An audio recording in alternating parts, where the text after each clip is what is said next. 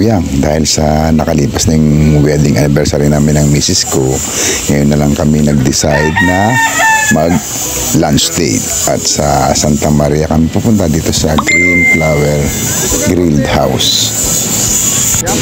Pagdating namin sa lugar, parada muna kami, tapos diretso na kami sa loob. Bago ka pala makapasok ay magbabayad ka muna. Kaya nagbayad muna kami at ito na nga, nakapasok na kami sa loob at ito ang aming kakainin. Ang dami mong pagpipiliang pagkain. Sa tingin mo lang, mabubusog ka na eh. Kaya lang naligayahan naman kami sa halagang 350 isang tao.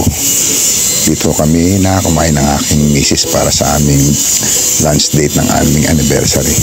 Puro ulam lang ang kinain ko, mga kuyang. At ang misis ko ganun din. Kaya anood lang kayo. Masaya naman ang nangyaring lunch date namin ng aking misis.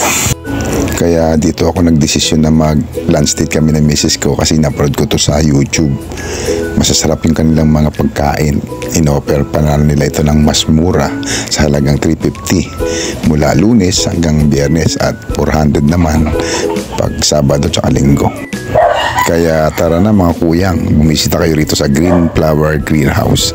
Sigurado masisihan kayo sa kanilang mga menu.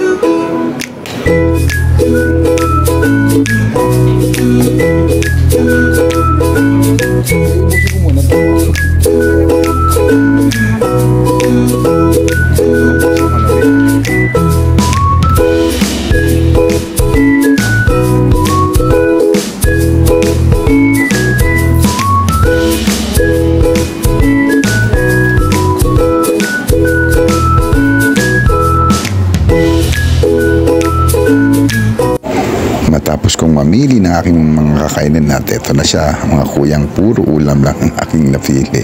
At nagsimula na nga kami kumain ng misis ko para sa aming lunch date.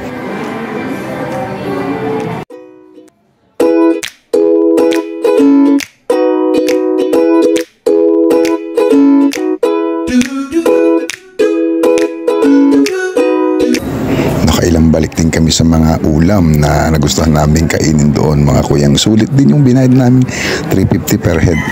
At ito nga, halos namin yung aming mga napiling mga kakainin.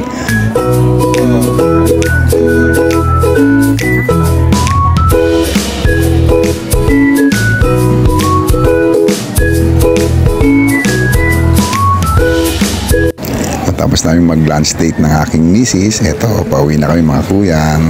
At hanggang dito na lang ang aking simpleng vlog mga kuyang. See ya!